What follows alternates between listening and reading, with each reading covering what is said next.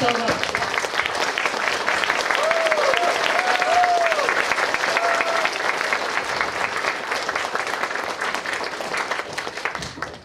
Hello Vietnam! Xin chào Việt Nam. Thank you. You can sit down. Vâng, xin cảm ơn các anh chị hãy ngồi xuống. How are you guys this morning? Buổi chiều hôm nay các chị khỏe không This ạ? afternoon. What does it mean? Fine. Fine. All you need training then. Hay là chúng ta hãy đổi một câu nhỉ? You should feel fantastic. Các anh chị hãy nói là tuyệt vời. Yeah. Good boy. Tuyệt vời. Good boy.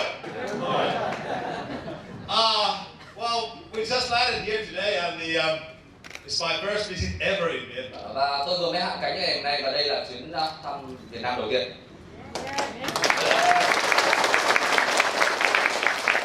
Very honored to be here, hosted by your crazy crown diamond Simon Lee. Và tôi cũng rất là vui mừng khi mà được anh Simon đã có cái trong cơ hội mà lên đây. Có lẽ trông anh đào tạo muốn điên luôn. You know, I have to tell you this in the beginning because you know you guys are so famous in all over the world. All of you. Điều đầu tiên tôi phải nói luôn là các anh chị có biết là các anh chị rất nổi tiếng ở rất nhiều nước trên And thế you giới. have your own ambassador here, Simon Lee. Và Everybody loves him. và khi mà tôi có cơ hội làm việc với anh Simon Lee thì rất nhiều người thích anh ấy. He's been also touring in Europe with us. Và anh cũng tham dự cái chuyến đi châu Âu cùng với chúng tôi. He always talks so good about you guys. Và anh cũng kể rất nhiều về những thủ lĩnh tuyệt vời ở Việt Nam. He's a wonderful example of leadership. Và anh phải nói là một hình mẫu về một nhà lãnh đạo lý tưởng. And the whole Onelife network loves him. Và phải nói là hình mẫu của lãnh đạo của Onelife network.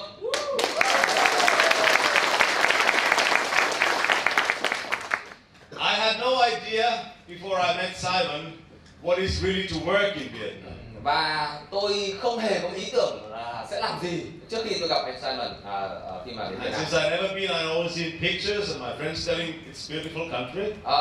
Tất cả những điều tôi biết đây về Việt Nam là tôi có nghe về một nước rất là tuyệt vời như vậy chỉ có thế. But when I get to understand the real truth, how you guys have been working here, Và khi mà chúng tôi gặp đoàn Việt Nam ở Hàn Quốc thì tôi bắt đầu mường tượng ra cách các thủ lĩnh Việt Nam đang làm việc. and I came here with the warm welcome with the tons of flowers. Thank you very much. Và đến đây lại được chào đón bởi toàn hoa là hoa, hoa ơi là hoa, thích quá. My wife loves flowers. Và cực kỳ nhiều hoa, rất ấn tượng. But this is the first time that I ever come to any event ever.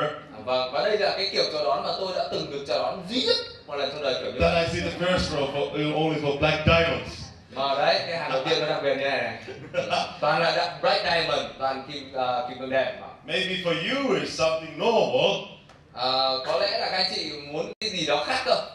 but trust me, Nhưng mà tin tôi đi. this is my event number 450 since I Nhưng mà started đây là cái sự kiện thứ 450 in Onelife. ở Onelife. And I never seen anything. There are barely diamonds in the Mà first. hàng đầu không có ai khác ngoài Black Diamond. You guys are amazing. Các anh thân chị là tuyệt vời. And also, you know, it's not easy to work here, network marketing, correct? Và chúng ta cũng phải nói với nhau là kinh doanh mạng cũng không phải luôn đơn giản đúng không ạ? Correct? And you guys made it. Nhưng mà chúng ta cũng đã đạt thành tựu rất đáng kể. Good, but there is so much to go. Và điều đó đã là đáng nể rồi nhưng chúng ta vẫn còn phải tiến lên nhiều lắm. So, correct if I'm right, so we are all emeralds and above. Và có đúng không nếu như mà ở đây tất cả chúng đều là từ emerald và trở lên. Wow. It's also the highest, you know. Oh my God, I need to go talk to here. Rất ngưỡng mộ, Big respect. rất ngưỡng mộ. Big respect. Và rất tuyệt vời. But anyway, so I'm gonna give you my normal presentation that I hope you find something new and you can maybe speed up your business. Và tôi sẽ chuyển đến cái phần mà thuyết trình thông thường mà tôi vẫn làm và các chị có thể tìm đến một vài ý tưởng hay để có thể làm gia tốc hơn cái doanh số của mình. And I hope you already follow me on the OneLife ambassador pages on the Facebook. Và trên Facebook anh chị cũng có thể follow tôi với cái Facebook là OneLife Ambassador. We always try to put there all the good meetings and information about it. Chúng tôi luôn cập nhật Pictures, những dữ liệu mới nhất về các cuộc gặp, các sự kiện diễn ra ở đó and the success. và những cái điều thú vị ở trên đó. Anyway, so my name is KARI and I work as an ambassador for OneLife Network. Và một lần nữa thì tên tôi là KARI WAHLROOS và tôi là đại sứ cho OneLife. And I started about 2 years ago. Tôi đã khởi sự công việc này cách đây 2 năm. Before that, Trước đó, I have been businessman for all of my life basically. I started very young. phải nói là tôi đã làm công việc MLM này, kinh doanh mạng này ở những cái công ty khác nhau. This is my 25th year in network marketing. Và đây là năm thứ 25 của tôi trong ngành mạng.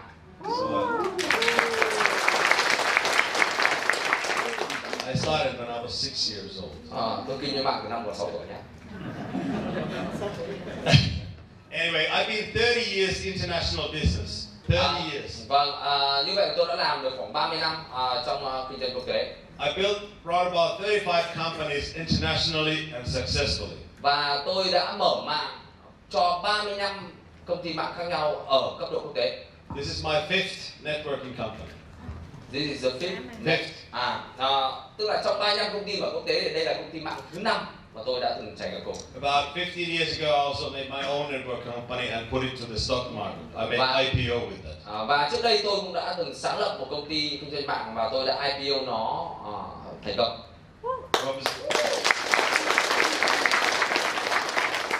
From 0 to 90 million pounds in only in 6 months. Từ con số 0 đến 90 triệu bảng trong vòng 6 tháng. And I started that with no money. Và lúc đấy thì tôi cũng bắt đầu giống như rất nhiều cái tuổi đây là không có tiền. 3 first month there was even no product. What? There was no product in the 3 first months. Trong vòng 3 tháng đầu thì còn chưa có sản phẩm để bán. Because I couldn't pay. Bởi vì là có tiền đâu. But then we started and then we rocked on.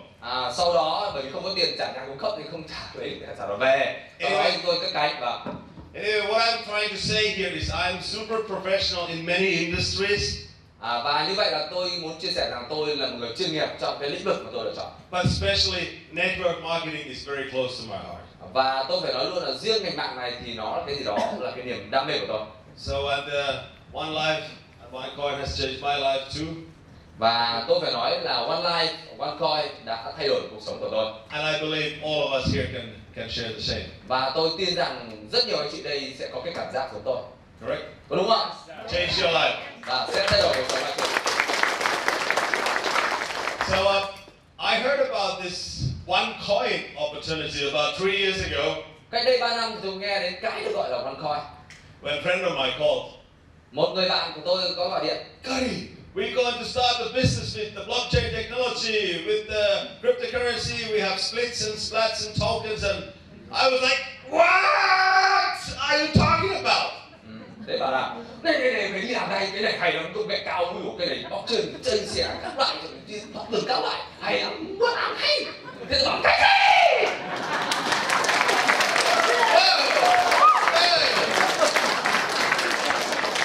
Wow! Anyway, yeah, fantastic. I would say fantastic. Cái chị nói lại cái gì? Tuyệt vời đấy ạ.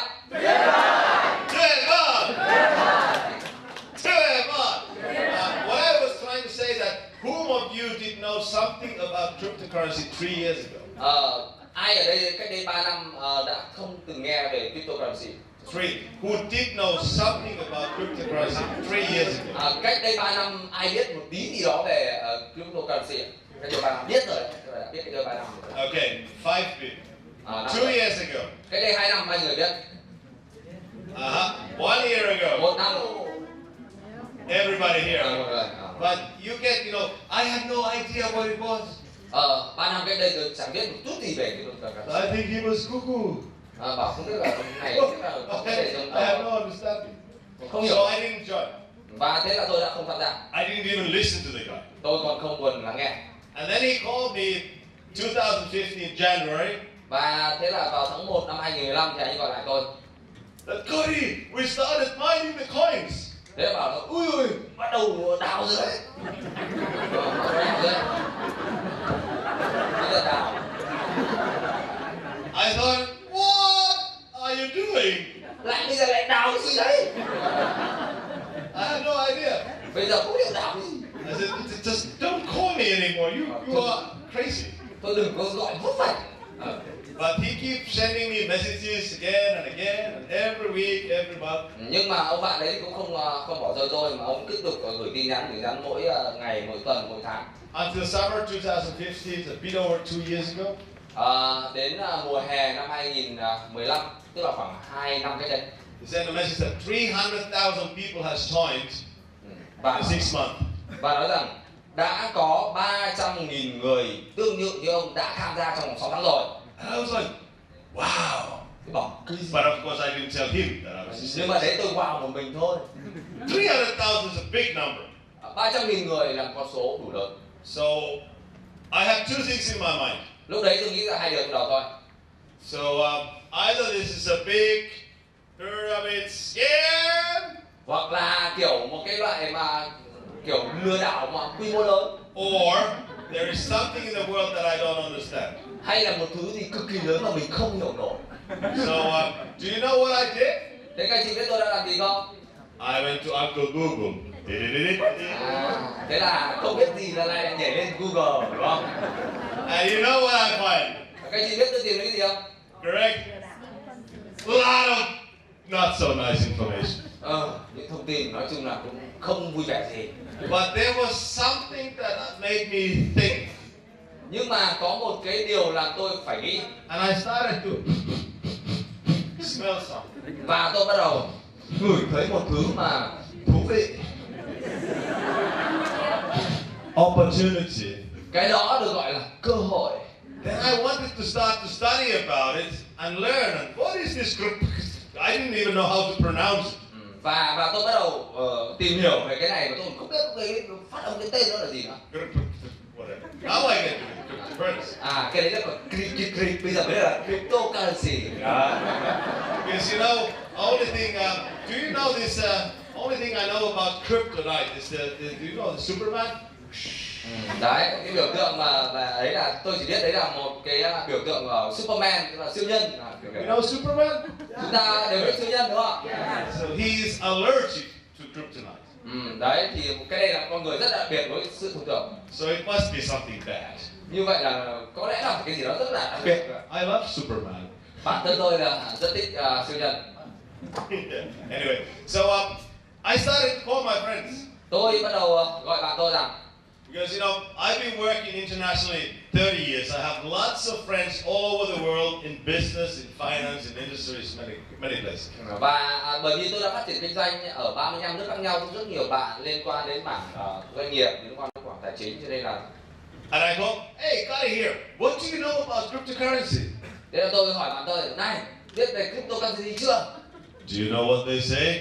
Thế là các anh chị biết trả lời nào không? Stay away!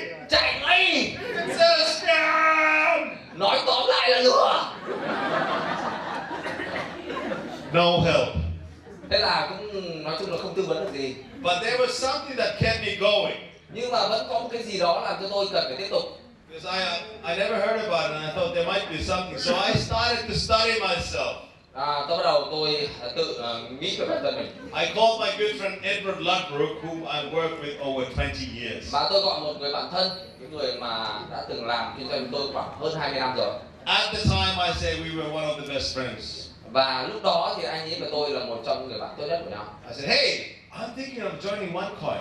Thế thì bảo là này, kéo Edward said to me, nếu mà you're crazy. You have a reputation. Don't do that. You are not young boy anymore. Đấy bảo là này, kéo tao quyết định là tham gia OneCoin ấy. Bảo mấy điên à? Mày có dành tiền với mày tham làm gì? Mày có muốn mất ở đây trước mày không? Anyway, so we started to study, and I started to study. Và dẫu sao thì cái cuộc gọi đó làm cho tôi phải nghiên cứu và nghiên cứu. Because I wanted to know First of all, does it exist?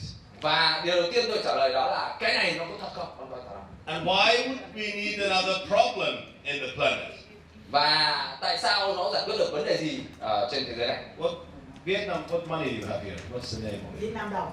Vietnam đồng. Tại sao lại cần cái đồng tiền đó? So, can you buy with Vietnam đồng the same amount of things that you did 10 years ago? Chúng ta có thể mua cách đây 10 năm và bây giờ chúng ta cùng một số tiền có mua được cùng số lượng như thế hay là nó có lạm phát rồi? Yes or no? Có hay không? Mua được không ạ? No. Yeah. Đúng không? Sẽ không mua được. Have you, by the way, have you ever thought, Và chúng ta đã từng nghĩ rằng why is it so that there is not a single country in the planet that their currency is going up?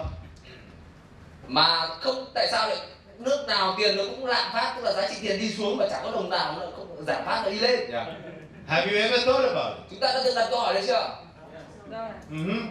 So, anyway, then I wanted to understand that what it will change in the world. Và tôi mới tự hỏi là cái điều gì nó đang thay đổi trên thế giới này. And then I started to smell Và tôi bắt đầu money. nghĩ đến một thứ, cái đấy được gọi là Vietnam nhìn. tiền. Tiền. And then I want to know that who would benefit from that. Và tôi nghĩ là ai sẽ được hưởng lợi từ And cái how big is the business? và cái quy mô của cái này nó lớn đến cỡ nào. And I find out that this business is something worth of over $5 trillion. Và tôi biết là cái giá trị nó có quy mô khoảng 5.000 tỷ đô. Do you know how many zeros is in trillion? 5.000 tỷ có nghĩa là bao nhiêu con số không các anh chị? I don't either. Tôi cũng không biết đến. So I went to Wikipedia and it doesn't know, but it's either million or billion. Có lẽ nhiều tỷ của tỷ đúng không? But who cares? Nhưng mà ai quan tâm cái chuyện đó nhỉ? It's big enough. Chỉ biết là nó cực kỳ lớn rồi. Correct? Có đúng không? So I got pretty much my answers covered and I was like, this might be really something big. Và tôi biết hóa ra cái này là cái lớn đây. Then I called the guys that wanted to recruit me. Và thế là tôi gọi lại cái người mà ngày xưa cứ muốn tuyển dụng tôi ấy. Okay, I can meet your management and bosses and CEO. Và tôi bảo thế thì bây giờ mình muốn gặp sếp của anh, CEO của công ty này. And then they started to talk something about some small girl, Rucha. Small girl, chicken. I was like, what is this? Và bắt đầu nói đến là một cái cô gái bé bé thôi, bảo cái CEO của cái này. So this young girl is running this $1 billion business. Và một cái cô bé bé này mà vận hành công ty. I'm coming from a very manly world. Tôi là một người And the women are not really running the big businesses. mà tôi nghĩ là tôi được quan điểm gọi là So for me it was like a shock. đàn ông thì là làm việc to lớn nên gặp một CEO, một con gái là tôi chắc không làm được rồi. Okay. Then I have a lots of questions. Và thế là tôi có rất nhiều câu hỏi. Whom of you had a lot of questions before you start? Trước khi các anh chị đăng ký, bao nhiêu người có hỏi rất nhiều câu hỏi ở đây? Whom of you have? Yeah. You know, I have all those nasty questions. Và tôi có cực kỳ nhiều câu hỏi để mà thắc mắc để mà đặt ra. Then I went and I met her. Và tôi đến và gặp cô ấy. And when she started to talk, và cô ấy bắt đầu nói. After 10 minutes, sau 10 phút, I raised my hands. Và tôi bắt đầu giơ tay lên. And I say, can I join? Thế tôi hỏi là, thôi bây giờ ký luôn nhá.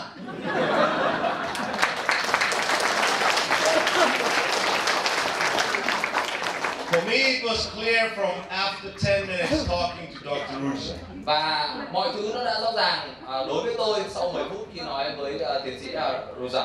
I have never seen anybody so powerful. Tôi chưa bao giờ gặp một người mà mạnh mẽ, strong, mà quyết liệt như vậy. With a crazy vision. Với một cái tầm nhìn hơi điên rồ đến như vậy. And how simple he said how she is going to make it happen. Và cái cách mà nó đơn giản như nào để hiện thực hóa cái tầm nhìn. And I understand that together with her we can change the world to a better place. Và tôi biết rằng cùng với bắt tay cô ấy chúng ta có thể làm một thế giới này tốt đẹp hơn. And since that day, we really haven't been, we didn't have to talk about anything. That how are you doing? Chúng ta cần phải làm với nhau, bởi vì chúng ta cần phải làm lớn hơn. I started working as an ambassador. Và thế là tôi bắt đầu ở cái vị trí của ambassador. So today is my event number 450. Và cái buổi hôm nay là cái buổi sự kiện đứng sân khấu 450 của tôi. We just came from Japan. Chúng tôi vừa mới trở lại từ Nhật Bản. Before that, we were in Malaysia. Chúng tôi sau đó vừa qua Malaysia, Cairo, Kenya, Tanzania, Uganda, Malawi, Zimbabwe, South Africa, Dubai. That was only 2 weeks. Đấy là chỉ trong 2 tuần thôi nhá. We flied over 1,000 flights. Chúng tôi bay đến 2.000 chuyến. This is our country number 58. Và tính về nước thì đây là nước thứ 58 ở OneLife. We stayed in about 300 different hotels, 300 different cities. Và chúng tôi ở hơn 300 các thành phố khác nhau. In last 2 years only. Chỉ trong vòng 2 năm rồi. So we've been home less than 2 months. Và chúng tôi ngồi ở nhà Since 2015 August. Từ tháng 8 năm 2015. Less than 2 months. Vâng, như vậy là ở nhà ít ở ngoài. So we live in a hotel. Và but we love it. Nhưng mà tôi thích công việc này là so amazing when you travel all over the world. Khi bạn đi nhiều nước như vậy cũng rất là tuyệt vời. And you know people are normally negative, you know, like boring. Và nói chung là khi gặp chúng ta cũng gặp những người mà không thích được lắm, đúng không ạ? But when you travel with OneLife, nhưng mà khi chúng ta đi với OneLife, wherever you land, cho dù bạn đi đâu, wherever we go, where's an event or airport or hotel, từ khách sạn đến sân bay, do you know what is the difference between normal people and OneLife people? Và các anh chị biết sự khác biệt của người thông thường với người của OneLife như nào? Thì có điều kiện này đúng không? And this is one of the biggest advantages once you join the OneLife. Và đấy là một những cái lợi thế tốt nhất mà khi chúng ta gia nhập OneLife. Because anywhere and everywhere you go, bởi vì bất cứ nơi đâu mà bạn đi today in the world, vào thời điểm này, if you are lost in a city, nếu mà mình có bị lạc đường thì cứ này, and you will find somebody, cứ kiểu này, and he or she will help you. thì kiểu gì vậy thì đâu con còi đấy, 100%. 100%. That's the best insurance in the world. Đấy là sự đảm bảo tốt nhất. Correct? Đúng không? So if somebody comes here, you know, and looks maybe from Africa, ví dụ như mình đi sang Nam Phi mà bị lạc đường, and he shows the sign like this, cứ kiểu what do? Run away? thì có liệu có phải chạy không? Or you go say, hey! Này! Correct? Đúng không? Ra chỉ đường luôn. This is the exciting part of it. Đấy là cái phần rất là phấn khích của mình này. I also, when I joined, you know, I had a dream. Và khi tôi tham gia thì tôi có một cái ước mơ. That within 5 years of time, I can pay everything with my own money. Và trong vòng 5 năm thì tôi có thể trả bất cứ cái gì với cái tiền của tôi. And it already is here already today. Và only after 1.5 years we started to be able to use our own money. Và nhưng cái chuyện đấy là diễn ra sớm hơn, và ngày nay trong vòng 1 năm rưỡi thì tôi có thể làm cái điều đó. Isn't that amazing? Và điều này thật là anyway, so sorry about that, but I love you so much. Nói với người hơi nhiều nhưng mà tôi rất yêu anh. Yeah. So when I started 2 years ago, we had about only 300,000 members. Cách đây 2 năm thì chúng ta mới chỉ có 300.000 thành viên mà thôi. We have one office. Chỉ có một văn phòng. 15 employees. Chỉ có 15 nhân viên thôi. Size of the office. Chỉ vận hành văn phòng. Very small. Rất là nhỏ bé. I believe we were something doing in 80 countries. Và ngày nay chúng ta đang ở mức 80 nước khác nhau. We have 4 people made more than million. Có 4 người kiếm được nhiều triệu đô. We had 1 crown diamond and 6 black diamonds. Chúng ta có 1 crown diamond và 6 black diamond. Yeah, that is 2 năm rồi. This is now less in a whole company that is, you know, you are better in Vietnam now. Và ngày nay chúng ta còn có nhiều hơn đúng không? You have 1 crown and 7 black, correct? Và ở đây có một crown đây đúng không? So there were about 1,000 cryptocurrencies trying to get into the market at the same time. Và chúng ta biết là hiện nay có khoảng hơn 1.000 các loại cryptocurrency đang ra đời. There was no usability. Mà không có kết tính. No KYC. Không có cái được gọi là KYC. There was nothing. Chẳng có gì ở đấy cả. There was only a dream. Đấy chỉ là một ước mơ. And her promise that something might happen. Và có một lời hứa là có thể ước mơ đó sẽ thành hiện thực. But she never gave any promises. Nhưng mà không có hành động nào diễn ra. Because cryptocurrency doesn't have really value if people don't use it, and if you don't have people to use it. Và cái đồng cryptocurrency sẽ không có giá trị nếu như không ai sử dụng nó. Correct? Có đúng không ạ? But we believed in it. Nhưng chúng ta It có was a một crazy vision. và chúng ta có một niềm tin rất là điên rồ. And today, you all know the numbers, of course. Và ngày nay thì đã khác rồi. But it's powerful to say that we have, I think, 1,200 people made over 1 million euro already. Và hiện nay có khoảng 1.200 người đã từng có được thu nhập ít nhất là 1 triệu đô trở lên. I don't know, can I ask here, but I will ask anyway. Và tôi có thể hỏi một câu đó. How many of them are here today? Có bao nhiêu người? You don't need to show. Nằm trong số 1.200 người đó giơ tay. But I know there is quite a few here, huh? Tôi biết rất nhiều người có nhưng mà không giơ. But I know after this weekend and this training, what you're going to have now. Nhưng mà tôi biết là sau cái chương trình này, cái sự kiện này, Every one of you mỗi người trong số chúng ta will make $1 million sẽ kiếm được 1 before triệu the Christmas. và chúng ta sẽ điên lên mất, đúng không? They don't believe it yet. Có vẻ vỗ tay nhỏ thì có vẻ chưa tin, đúng không?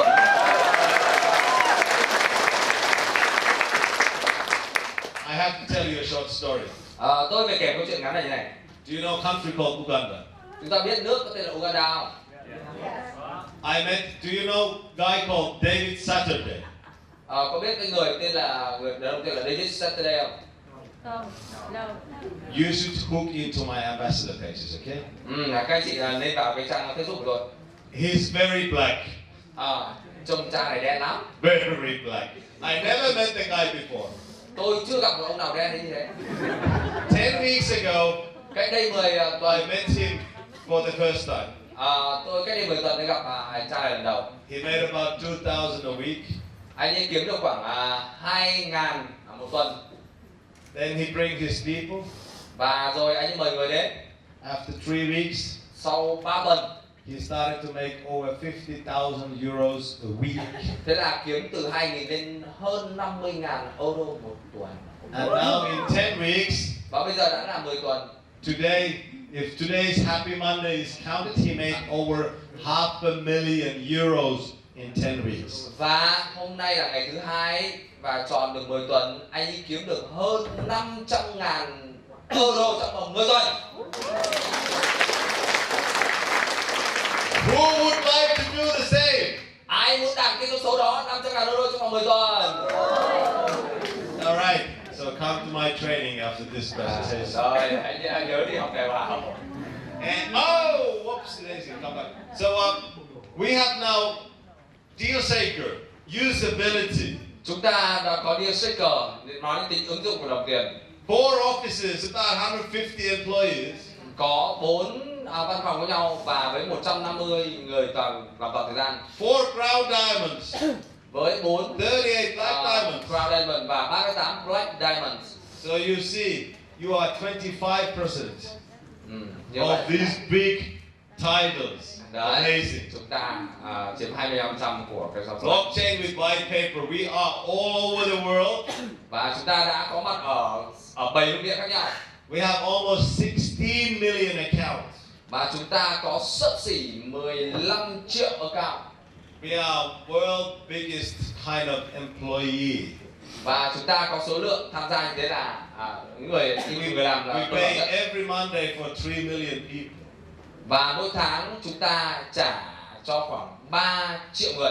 In the month of April, we crossed 500 million sales in 1 month.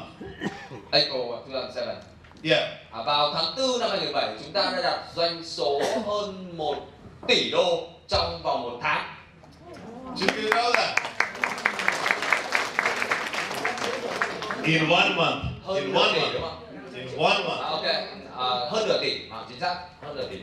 Do you understand how big this company is? Chúng ta có thấy cái quy mô của cái này chưa? We make more turnover in average in 1 day Và chúng ta có một doanh số lớn trong vòng một ngày. That 95% of this planet's companies makes in 1 year. Mà 95% những công ty trên thế giới này phải mất một năm. Do you understand? Do you Chúng know ta that? phải hiểu ý cái này không ạ? Con số nửa tỷ đô ấy. And then somebody comes and say it's not real. Và thế là một số người đến mới bảo công ty đấy là giả đấy. Oh! We make about 2-3 million transactions in volume already in DealSaker in a day. Và chúng ta có khoảng 2 triệu đến 3 triệu giao dịch một ngày. We make about 500, 600, 700 transactions every day. Cỡ khoảng 500, 600 đến 700 giao dịch trên DealSaker một ngày. And somebody says, I don't believe in it. Và thế là bảo, có người bảo không tin. Do you know what you say? You don't need to believe in this. Thế bảo không tin thì thôi. It's gonna, you can't stop the blockchain technology. Và đấy là cái xu thế mà chúng ta không thể bẻ cong. You cannot stop the blockchain technology. It's here to stay. Và cái xu thế blockchain này nó sẽ còn tồn tại. It doesn't matter what is your opinion. Và không quan trọng là bạn nói gì về nó. What's your friend's opinion? Không quan trọng là bạn của bạn nói gì về nó. What's your mom's opinion? Hay là mẹ của bạn có nói gì về nó. It doesn't matter. Chuyện đấy cũng thế thôi. This will happen anyway. Nó vẫn cứ xảy ra. With or without you. Đấy. Cái kiểu giai điệu là kiểu sống You know cái the gì song, mà with or without you. kiểu đấy. You know the song? Có cái bài hát là nó nói là tức là có một bài đó. You can't stop it. Rồi. So it's better to join now. Và như vậy là tốt hơn là gia tốc lên. Good. So yeah, we grow like crazy from 700,000 to 3 million in a little bit over a year. Vâng, và chúng ta đã có cái sự tăng trưởng từ 700.000 lên hơn 3 triệu trong vòng một năm. We broke all the records in this industry last year. Và chúng ta đã phá vỡ mọi kỷ lục trong ngành kinh doanh mạng trong năm vừa rồi. We have top 5 MLM companies worldwide within less than 3 years. Less than 3 years. In less than 2 years. Và chúng ta nằm trong top 500 công ty mạng hàng đầu trong vòng ít hơn 3 năm. It never happened before so fast. Cho đến giờ thì chưa có công ty nào làm. And in the next 12 months, we're gonna break all the records in all industries in this planet. Và trong vòng 12 tháng tới thì chúng ta sẽ phá vỡ mọi kỷ lục còn lại trong ngành kinh doanh mạng này. Because we are now ready. Bởi vì chúng ta bây giờ đã sẵn sàng. We were not before, but now we know what we can do. Trước đây chúng ta còn hơi chần chừ nhưng mà bây giờ chúng ta biết chắc chúng ta có thể làm rồi. At the speed at the moment when how we are growing, Với những cái tốc độ bây giờ chúng ta đang tăng trưởng như bây giờ, I believe that before we go to ICO, và trước khi chúng ta đến phần ICO, we can sell out the coins. thì chúng ta có thể bán được coin ra. Have you ever thought about that? Chúng ta nghĩ điều này chưa? Do you know what's going to happen to the coin value Chúng ta có when nghĩ there đến lúc is đấy là no một more coin giá trị bao coins nhiêu to bao sell? nhiêu không ạ? Is it going up or down? Lúc ấy giá lên hay là xuống? Yes. Đúng. So it's going to be an amazing time. Như vậy là thời gian đấy thì tuyệt vời lắm. So make sure that you have enough coins. Hãy đảm bảo lúc đấy có nhiều coin để bán. I have about 50 million. Tôi bây giờ cũng khoảng 5 1 5 50. 50. 50. Chuyên nghiệp nó khác. But I think in Vietnam it's nothing. 50 triệu, tôi hiện tại có 50 triệu nhá. Các này gì mà làm? I hear here is people who has even more than me. Và tôi còn chưa đến nghe thấy ông nào có nhiều tiền hơn tôi. Correct? Đúng không? Uh-huh. Bella, we need to go and buy some more power packs. Anyway, so this is why I'm here, ladies and gentlemen. Và đấy là do tôi có mặt ở đây, Hà Nội. So we started here in Eastern Asia. Và đây là châu Á. We have in total about 1.67 million members here. Chúng ta đã có 1,6 triệu người ở châu Á. And now we are in here, correct? Và ở đây chúng ta đang ở đây đúng không? This is Vietnam is here, huh? Yeah. Okay. So Yeah. how many people you have in Vietnam? Population. 90 million. 90. 90. Almost 100 million. Yeah. How many people has joined in Vietnam? Dân số Việt Nam là có 90 triệu người, bây giờ có bao nhiêu người tham gia nó coi rồi? 94,000. 94. It's half a percent. Yeah, it's exactly half a percent.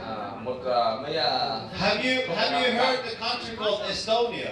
Chúng ta có nghe cái nước tên là Estonia chưa? Yeah. So there lives about 1 million people. Nước này có 1 triệu người đó. How many people lives in Hanoi? Ở Hà Nội có bao nhiêu người? 10 million. Có 10 triệu người. Your one city is 10 times bigger than Estonia. Và chỉ có Hà Nội thôi, dân số đã đông hơn gấp 10 lần Estonia rồi. It's also a poor country. Và Estonia cũng là một nước nghèo thôi. They make something like 400 a month. Kiếm chỉ thu nhập cũng khoảng 400 đô một tháng. But I think they joined about 12,000 people. Nhưng mà đã có 12.000 người tham gia. So how many people should have been joining in Hanoi alone?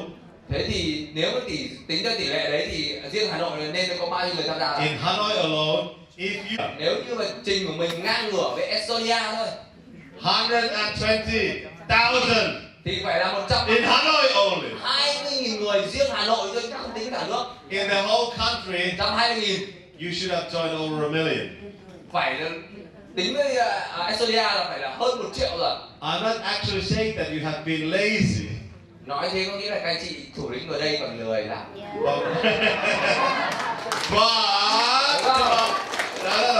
But what I'm saying, can you smell the opportunity? Thế các anh chị đã nhìn thấy cái được gọi là cơ hội đấy chưa? You see the numbers, huh? Chúng ta nhìn thấy con số rồi đúng không? Because I believe we join now about 3 million people. Bởi vì chúng ta phải có khoảng 3 triệu người bây giờ. So it's only 1% what we've done with our potential.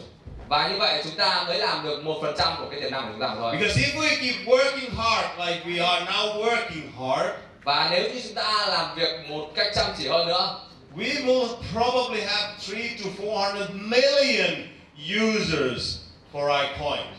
Và đáng ra nếu chúng ta phải còn chăm chỉ nữa thì có lẽ chúng ta phải đã đạt đến khoảng độ 300 đến 400 triệu người rồi. So next time I come here, vâng, và khi mà tôi lần tới đến đây, this area is only reserved for crown diamonds. Thì cái phần 3 hay bàn trên thì nó chỉ dành cho crown diamond thôi. And I cannot even see where's the last people. Tôi còn không biết là lần cuối vòng có bao nhiêu người ngồi tiếp bên dưới. It's time to speed up, okay? Và đã đến lúc là phải giao thông lên. But do you understand that India? Và chúng ta biết là ở 2 billion people living here. Có 2 tỷ người sống ở đây. And 160,000 people joined. Và 160,000. Yes. Và có 160.000 người tham gia. And in Africa, và ở châu Phi, 130,000 people joined. 130.000 người tham gia. This area is over 3 billion people. Và riêng khu vực này khoảng 3 where we tỷ haven't người. been yet. Nhưng mà vẫn chưa đủ. And only và chỉ có less than 300,000 joined. Ít hơn 300.000 người tham gia. Do you smell the same that I? Do you understand why I'm now in Africa? Đấy, chúng ta có gửi thấy cái mùi gọi cơ hội đấy chưa? You understand why we work in Pakistan? Huh? That will bring up the coin value and that will make the whole world. Và như vậy là nếu chúng ta làm việc chăm chỉ hơn thì cái đầu coin giá trị tăng lên và chúng ta có nhiều cơ hội hơn. Because when African women và vì là những cái phụ nữ ở châu Phi gets extra $1,000 và có những thu nhập có khoảng từ 200 đến 1.000 đô, the whole world will change. Thì cả thế giới đã có thể thay đổi rồi. And pretty much a lot of Africa will be also within your structure. Và trong tổ chức chúng ta nếu có lượng người đông hơn thì chúng ta sẽ còn tuyệt vời nữa. But it's a big world, ladies and gentlemen. Và nhưng mà cũng đòi hỏi sự nỗ lực đấy anh chị ạ. So this is why we're doing. Đấy là chúng ta đang dừng ở châu Phi. We got only 500,000 people in Latin America and Africa, in America. Và chúng ta mới có khoảng 1/2 triệu người ở châu Mỹ Latin. And I'm happy to say that we are legal in over 190 countries in the world. Và chúng ta đã là một pháp nhân hợp pháp ở 190 nước. 190. Education, one life. Đó là education online. There is only 4 countries who doesn't really matter. Insignificant countries, how to say. Và chỉ có 4 nước mà chúng ta có thể Who cares? để quan tâm cái điều này thôi. North Korea, Đấy là Bắc Triều Tiên, Cuba, Iceland, Iceland, and what's the America, United States of America. và Mỹ. Who cares? Cũng không cần quan tâm cái. Yeah. So those are the 4 countries we are not in. Và chỉ có 4 nước như vậy thôi. So that's why the education, we chosen the strategy to educate the people. Và chúng ta đang làm công việc đó là giáo dục người khác. In the beginning, it was a little bit difficult to get our imas to understand. Và lúc đầu thì nói việc này có thể chúng ta sẽ cảm thấy tương đối không hẳn là dễ nói chuyện. The reason you get a lot of resistance and people saying no and they are negative is, và cái lý do mà chúng ta có sự phản kháng và người ta nói không với những cơ hội như thế này đó là because they don't know. Bởi vì họ không biết. Because it never existed.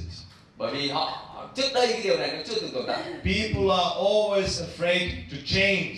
Và người ta luôn sợ sự thay đổi. And if there is something you know and they don't know, và nếu như có một điều gì đó bạn biết nhưng người đó không biết, it's normal human behavior. Thì cũng không còn là cái hành vi của con người đó. Correct? Đúng không ạ? Exactly what happened to me. Điều này cũng giống hệt với tôi thôi. How stupid I was. Tôi đã cực kỳ ngốc như thế nào. I'm from Finland. Mà khi mà tôi làm công việc, and the first OneCoin meeting was in Finland. Và cái đồng coin đầu tiên mà ở I was only 150 meters away from that meeting at that time. Và lúc đấy là tôi chỉ cách cái cuộc gặp đấy khoảng 150 mét thôi. And I had an invitation, but I did not go. Và tôi đã có một sự chần chừ và tôi đã không thực hiện cái. I didn't go. Yeah. Tôi đã không đi. So it took me 1 year to understand it. Và chỉ còn 100 mét nhưng tôi đã không đi, như vậy tôi mất 1 năm để hiểu được nó. Yeah. So that's what happens. Đấy là điều So mà we need to educate, and that's where you get paid for.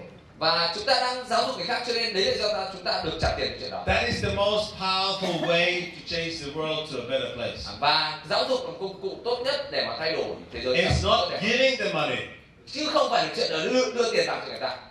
But giving an opportunity to people that didn't have an opportunity.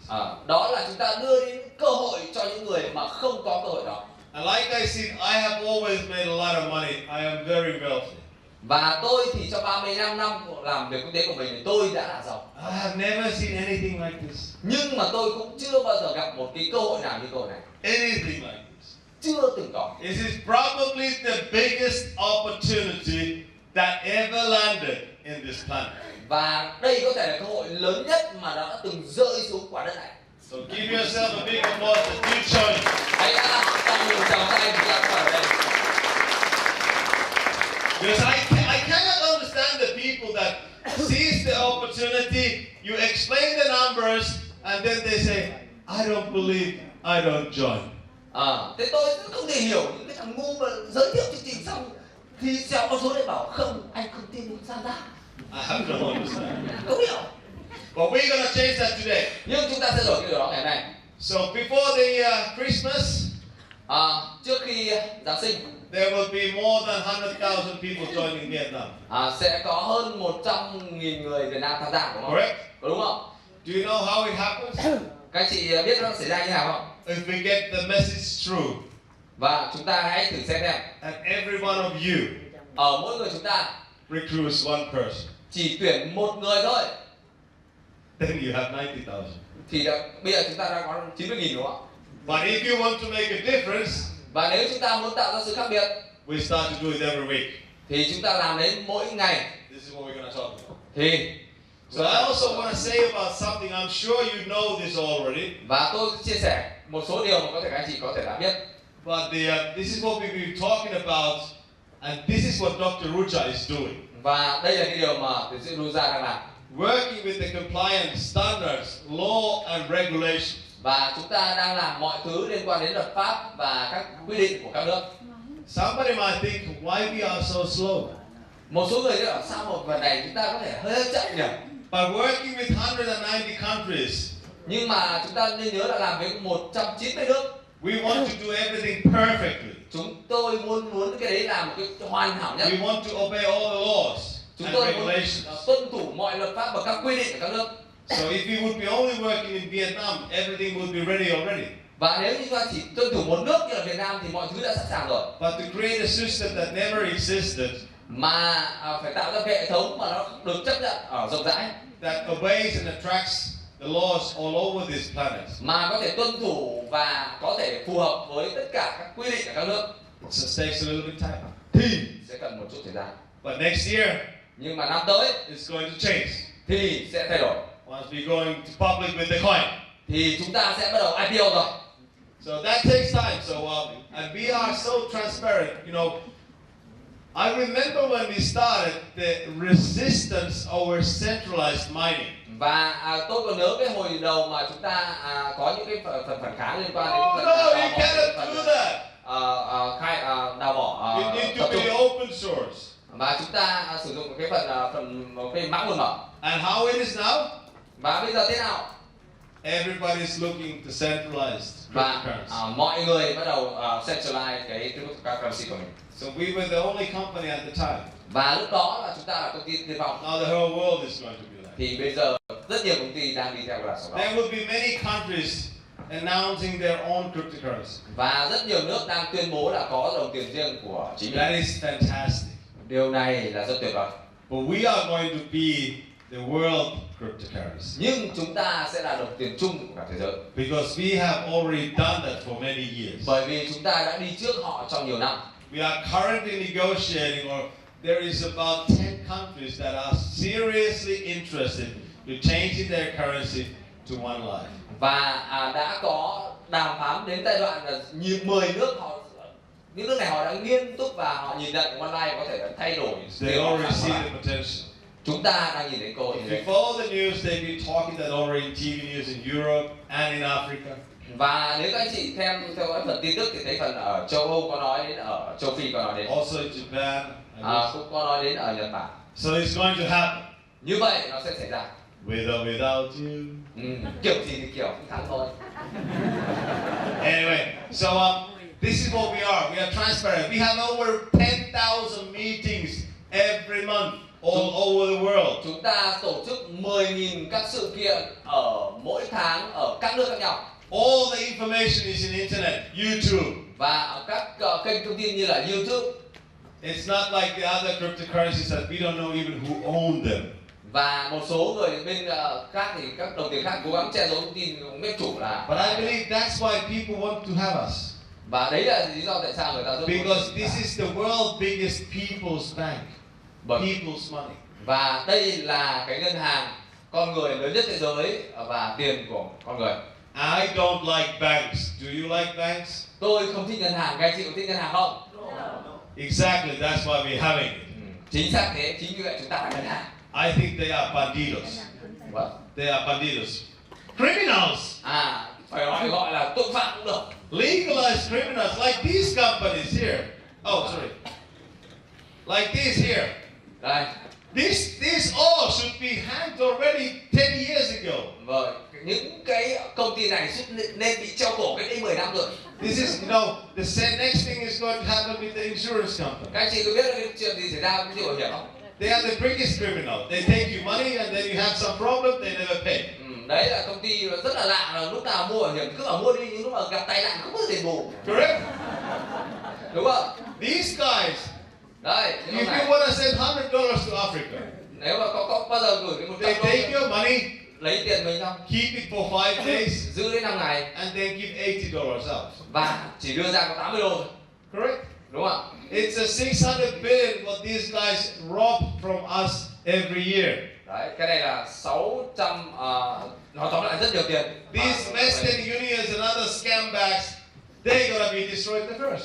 Và tất cả cái tổ chức này nó làm chúng ta đang cuộc sống tệ. Because within our system, you can send money to your friend. Và với cái hệ thống chúng ta có thể gửi In tiền 10 seconds trong vòng 10 giây and without fee. mà chả tốn phí gì cả. When I send 100 euros, it goes 100 euros. Mà gửi 100 đô thì là có 100 đô 10 giây. That's faster than anybody at the moment. Mà còn nhanh hơn bất cứ một công nghệ chuyển tiền nào hiện có. So this is what we're gonna do. This is why I joined and why I wanted to do this, to protect my income and wealth and with the low cost. Và đấy là lý do tại sao mà tôi đã lựa chọn công ty này, và đấy là lý do tại sao tôi muốn bảo vệ cái tài sản của mình. I really don't need to work anymore. Phải công bằng mà nói, tôi không nhất bắt buộc phải làm điều đó. Quite a few years ago, I became financially independent. Khá nhiều năm rồi, trước đây tôi đã trở thành độc lập về tài chính. Of course, Onelife has changed me and my wife's lives, of course, to even more better. Và nhưng mà sau khi tham gia Onelife thì cuộc sống và của vợ tôi và tôi còn thay đổi theo hướng còn độc lập. For us, it's no reason to work for money anymore. Bởi vì lúc đó chúng tôi cũng không có động cơ mạnh mẽ liên quan đến tiền bạc. But why I'm here today? Nhưng mà cái sự diện là tôi ở đây ngày hôm nay là You are not my downline. các anh chị có thể hỏi cái tuyến dưới của tôi mà xem. I'm here because Simon asked. Tôi có mặt đây bởi vì anh Simon đã đến. Because I asked him first to come to Europe. Và bởi vì tôi đã đề nghị anh ấy sang châu Âu. And I'm here because I want to change the world to a better place. Và tôi có mặt ở đây bởi vì tôi muốn thay đổi thế giới này theo một The time is over for these billionaires to have their billions. Và sẽ có những tỷ phú có rất nhiều tỷ. It is the first real opportunity that a normal man can start earning a crazy amount of money. Và đây là cái cơ hội đầu tiên mà một người bình thường có thể kiếm được số lượng tiền rất là phi thường. Every happy Monday. Và cứ mỗi thứ hai là có tiền. Oh, today is happy Monday, huh? Hôm nay là thứ hai đúng không? Oh, it's happy Monday. Hôm nay là thứ hai. So, this is, do you know what, have you seen this graph before? Chúng ta đã nhìn cái đồ thị ở trước đây bao giờ chưa? Cái đồ này. Do you know what it means? So, 200 years it took this country to get to 800 billion worth of currency. Mất 200 năm để Mỹ có số lượng tiền trị giá in ra 825 tỷ đô. 1965, I think it was when they separated gold from the cash. Đấy, và năm 1965 là người ta tách cái khái niệm vàng và chế độ bản vị vàng ấy. So until here it was pretty cool, but then 2008, everybody remembers what happened 2008. Và đến trước đó là sao đến năm 2008 You remember what happened 10 years ago? Các chị có nhớ cái sự kiện xảy ra năm 2008 là gì không? You remember? Nhớ không? Khủng hoảng tài chính đúng không ạ? So then Mr. Obama và rồi Obama had a crazy good idea. Đã có một ý tưởng cực kỳ because he owed so many people so much money. Và bởi vì ông ấy nợ rất nhiều người với rất nhiều tiền. Let's start to print money. Thế là chúng ta bắt đầu bây giờ nợ nhiều tiền thì in tiền ra. In 2 years, thế là they print 10 times. Trong vòng 2 năm nó đã more money than they had. Vâng, có rất nhiều tiền được in ra.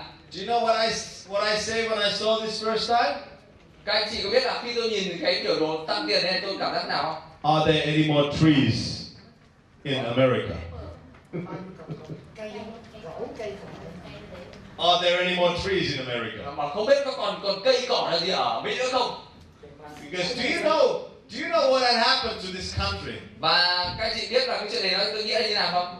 Every one of you could take your Vietnam money and go and buy the country. Và chúng ta có thể dùng tiền Việt Nam để sang đó mà mua. Because there's no value in this. Bởi vì có còn giá trị gì đâu. It took a while when Mr. Obama understand his mistake. Và sẽ cần phải mất một chút thời gian để Obama nghĩ ra điều này. He took a phone.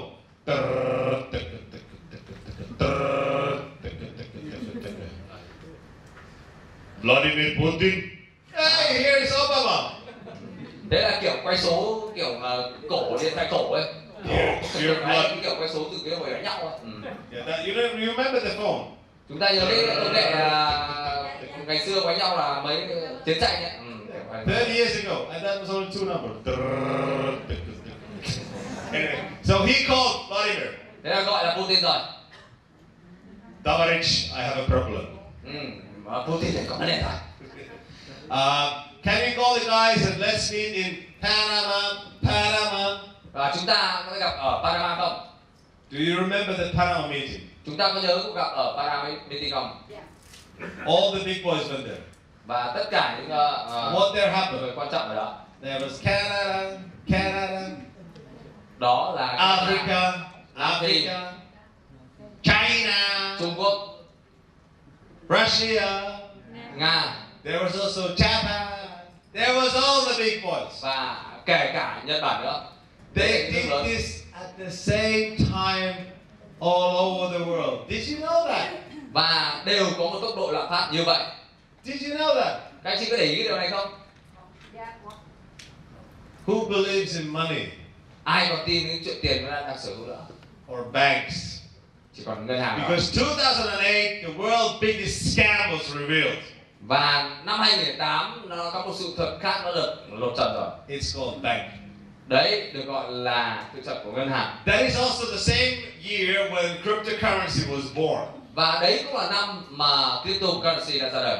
But it took about 7-8 years until somebody clever worked it out how to do it properly. Và cũng phải mất đến 7-8 năm sau để một người khôn ngoan đã phát minh ra nó để làm sao mà dùng nó một cách hợp lý. And her name is Dr. Ruja Ignato. Và tên bà ấy là tiến sĩ Ruja.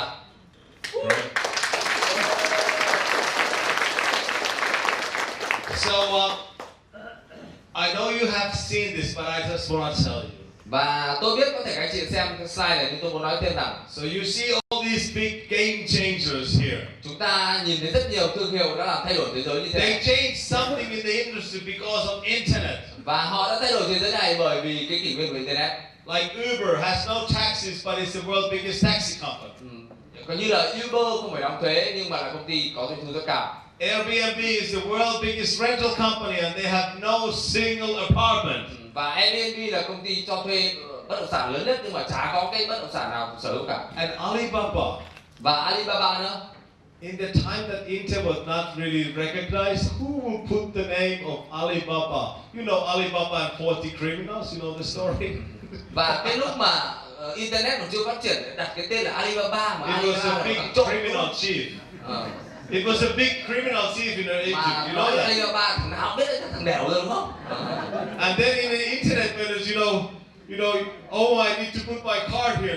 They probably steal my money because the name is saying they're gonna steal my money. Đấy, ví dụ lên mạng mà bây giờ đặt tên một thằng trộm rồi lên đấy mà bán hàng, không có hàng, có còn hàng nó mất cả tiền. I think Jack Ma never seen the book. Đấy, có lẽ là Jack Ma hồi đấy nghĩ Alibaba một anh hùng chứ không phải một thằng trộm. But finally, Nhưng when they came to IPO, khi mà Alibaba đã IPO, it was the biggest world ever have seen. đấy là một cái tác phẩm lớn nhất mà thế giới đã từng chứng kiến. And it always takes some time before you pioneer the industry. Và có luôn luôn mất một chút thời gian để When bạn you đạt hit đến the một đỉnh critical mass. để mà bạn đạt đến một cái đỉnh thành công. But you know, if we would do IPO, Và nếu chúng ta làm IPO we don't do it for money. và chúng ta không làm điều đó We vì are tiền, so wealthy company. mà chúng ta sẽ làm điều đó cho công ty. I don't need that ICO either. Tôi cũng không cần phải ICO. I don't need that. Tôi không cần điều đó. Do you know why? Các anh chị biết tại sao? Do you have a question that when can I change my coins to money? Các anh chị có câu hỏi là khi nào mình đổi đồng coin thì mình thành tiền không? Who has this question? Vâng, ai có câu hỏi People đấy? asking? Có ai có câu hỏi đấy? Yeah. Do you know what I say? Tôi nói là rằng I ask, what do you do with your money? thế tôi hỏi là thế anh làm gì với tiền đó? I buy products and I buy services. Thế lại bảo là thế mua sản phẩm dịch vụ. Correct? Có đúng không? Then I ask, have you heard the thing called deal shaker? Thế thì tôi mới hỏi là thế thì anh chị đã nghe cái được gọi là deal shaker chưa? What do you do there? Thế thì ở deal shaker người ta làm gì? Buy products and services. Mua sản phẩm dịch vụ cái gì? I don't need to change. I don't need any exchange to change my coins to euros or dollars Tôi không or. cần một cái tỷ giá thay đổi Ringgit. đồng coin tôi thành đồng euro hay là đô la hay cái gì đó. You need to understand very deeply. Chúng ta phải thực sự hiểu sâu vấn đề. This is why I joined. Đấy là lý do tôi tham gia. We are making our own global currency. Chúng ta đang tạo nên sản phẩm tiền toàn cầu của riêng mình. I'm not gonna change it for freaking euros Tôi cũng chẳng phải đổi sang or euro dollars. hay là đô la. I use it in deal shaker to buy products and services. Tôi sử nó trên deal shaker để mua sản phẩm mà tôi thích, dịch vụ mà tôi muốn. this is what's going to happen. Và chuyện này sẽ xảy ra. Well, we are bigger than a country called Estonia. We are bigger than a country called Latvia or Lithuania.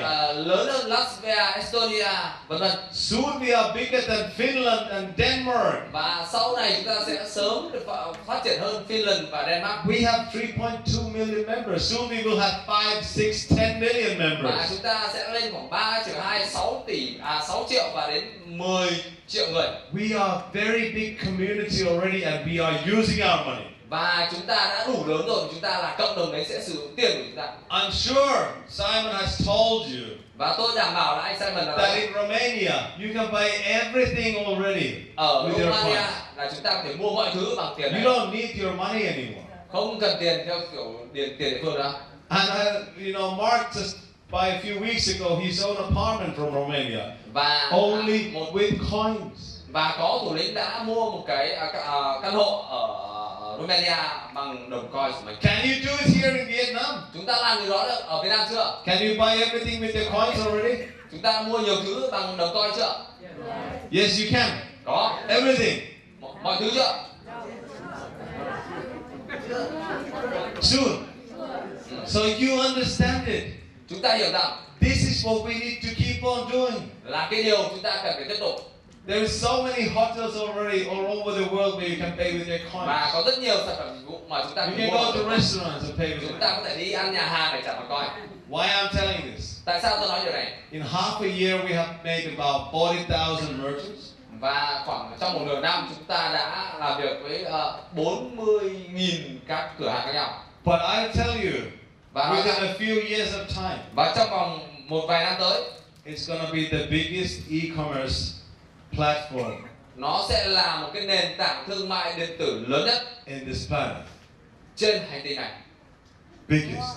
Lớn nhất.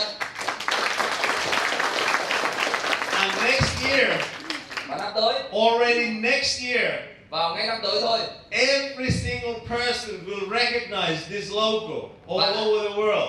bất cứ một ai trên thế giới này sẽ nhận ra cái logo này trên toàn thế giới. Because we're gonna grow so fast. Bởi vì chúng ta sẽ phát triển rất nhanh. So I guess you have seen this already. Also, the education exchange, the Wow. community what we have. Đây là những cái hệ sinh thái mà chúng ta đang có. So education is the number one. Giáo dục sẽ là số 1. And then I think the community is very important. Và chúng tôi là cộng đồng cũng rất quan trọng. You have a friends or when you join Onelife, Và khi mà các bạn hỏi khi nào tham gia you online, have 3 million friends already. chúng ta đã có 3.000 người bạn trong cộng đồng rồi, 3 triệu người bạn trong cộng đồng rồi. Easy. And the merchants are, of course, this is the year of the merchants. Và rất nhiều cửa hàng sẽ muốn làm việc với chúng ta. Trading and investment is also coming. Và khoản thương mại và đầu tư cũng sẽ diễn ra. But you must understand this is not an investment, this is an opportunity. Và chúng ta cần hiểu rằng đây không phải là khoản đầu tư mà đây là một cơ hội. So there are two different things. Đấy là hai điều khác nhau. So business solutions and fund transfers. Và đấy là còn có những cái mảng khác nữa liên quan đến kiểu hối. But what I want to say that it's not pre-minded. So we pioneered the industry within less than 2 years. Và chúng ta đang làm cái điều này trong vòng 2 năm.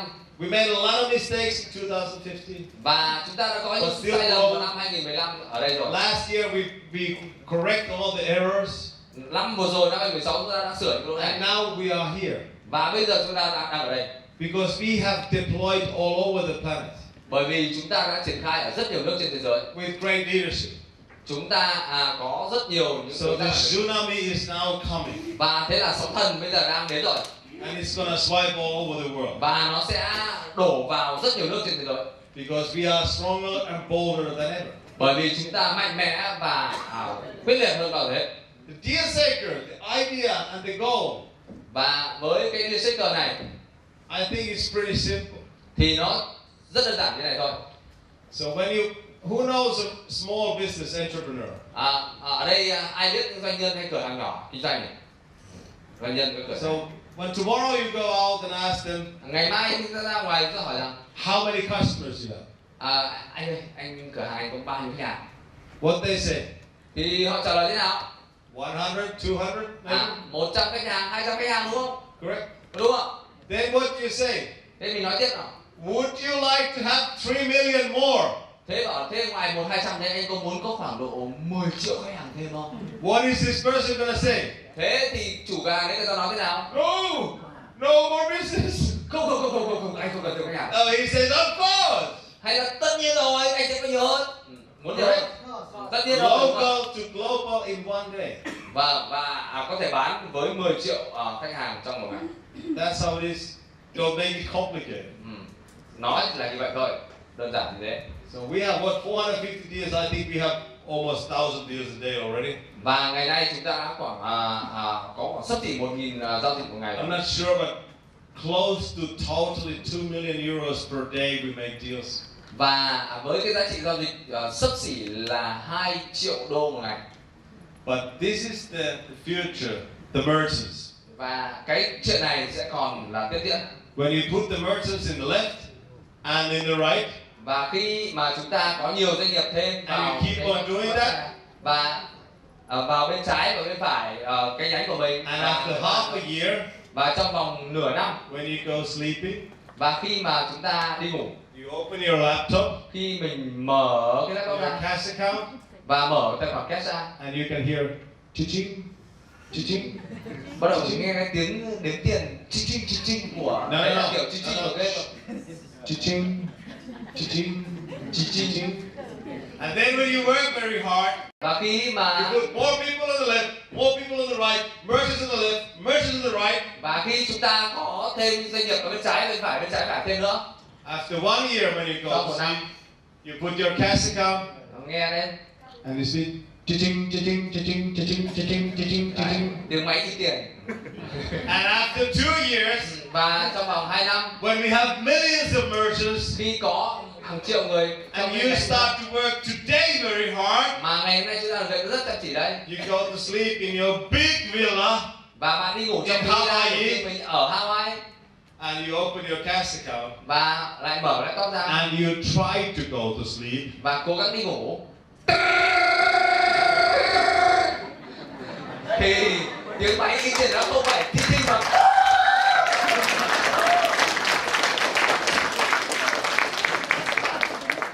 this will bring you revenue forever. Mà nó sẽ tạo ra doanh số chúng ta mãi mãi.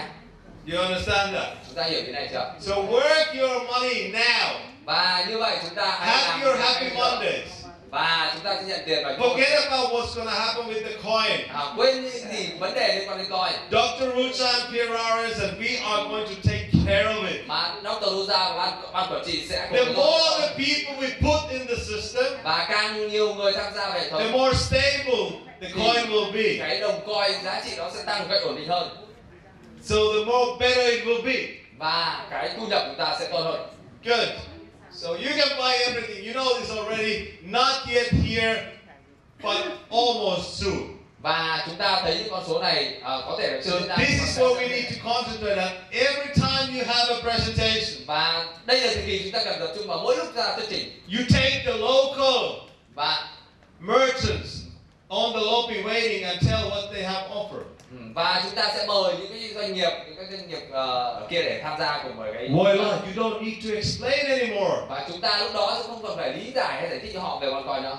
They come here and you make a presentation. Oh, it's wonderful. Oh, I can buy something with my coins. Và khi chúng ta đông người tham gia được như vậy rồi thì họ đến đây chúng ta thuyết trình bảo thế à em mua được hàng thế là tham gia. And then what they say? Và người này nói gì? I have no money. Và lúc đấy bảo không có tiền. But I want that power back. Mà anh thì không có nhiều tiền đâu nhưng mà thôi anh cũng quyết định phải đầu tư. Because everybody wants to have power back. Và đấy tất cả mọi người đều muốn cái sở. Who has the power back?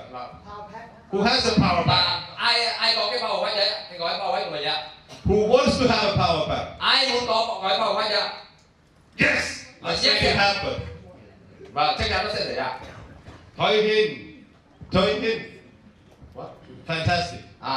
Tuyệt vời.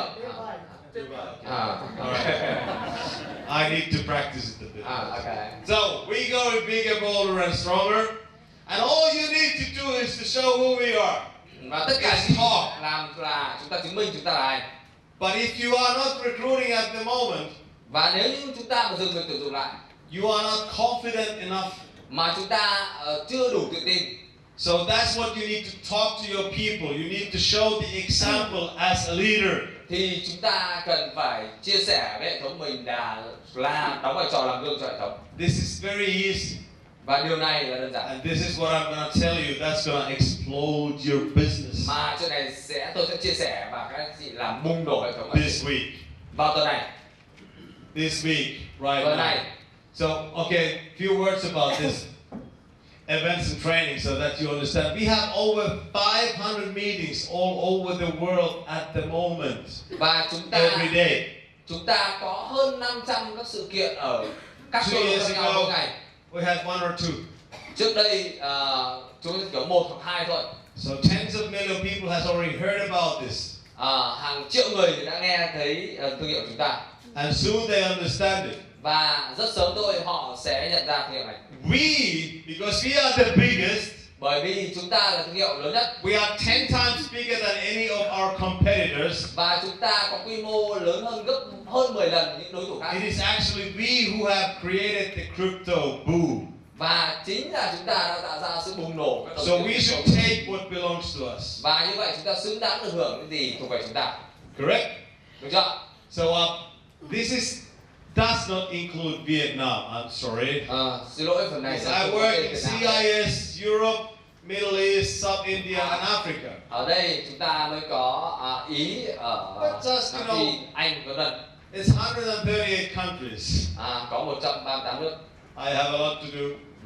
So Pakistan, UK, Austria, Russia, all four.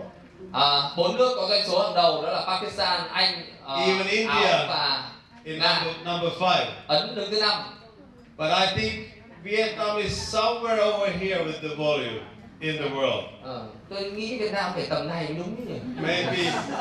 Maybe better than Pakistan. I don't know. But see, Morocco, Switzerland, Algeria, Romania, African countries are coming. Những nước châu Phi đang ở đây. We have a huge growth in Italy and San Marino. Tăng trưởng nhóm Romania, Pakistan, Kazakhstan, Uganda. Còn Uganda. Africa is coming. Châu Phi đang nổi lên. Like Kyrgyzstan, Kyrgyzstan, Nepal. So these are the world that are growing the fastest. Đấy là cái tốc độ tăng trưởng là lớn nhất. I don't know your numbers yet.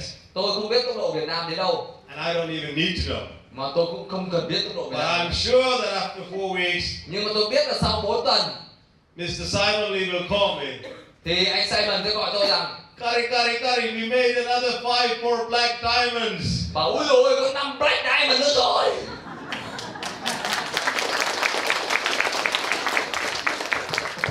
Correct? Đúng không ạ?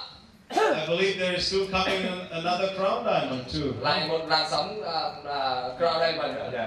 Is it? Có đúng không? There's gonna be a lot of black diamonds before the Christmas, huh? Sẽ có rất nhiều black diamond nhân dịp Giáng sinh. Anyway, so here's where we're gonna go. So we are here today in Vietnam. Và ở đây chúng ta đang có ở Việt Nam. And there's gonna be a few days I will be in Dubai actually meeting leaders there all the time. Và tôi có mặt ở Dubai rồi. Then we go Azerbaijan, Kazakhstan, London, Russia. Sau đó tôi sang Kazakhstan, Anh và Nga. Here in October, Portugal. I guess you talked about it already. So who's gonna be in Lisbon? Tôi biết là các anh chị đến Bồ Đào Nha. Các anh chị sắp đi nước này đúng không ạ? We need to talk about it a little bit more. Lisbon, yeah? Chúng ta sẽ gặp nhau ở đây.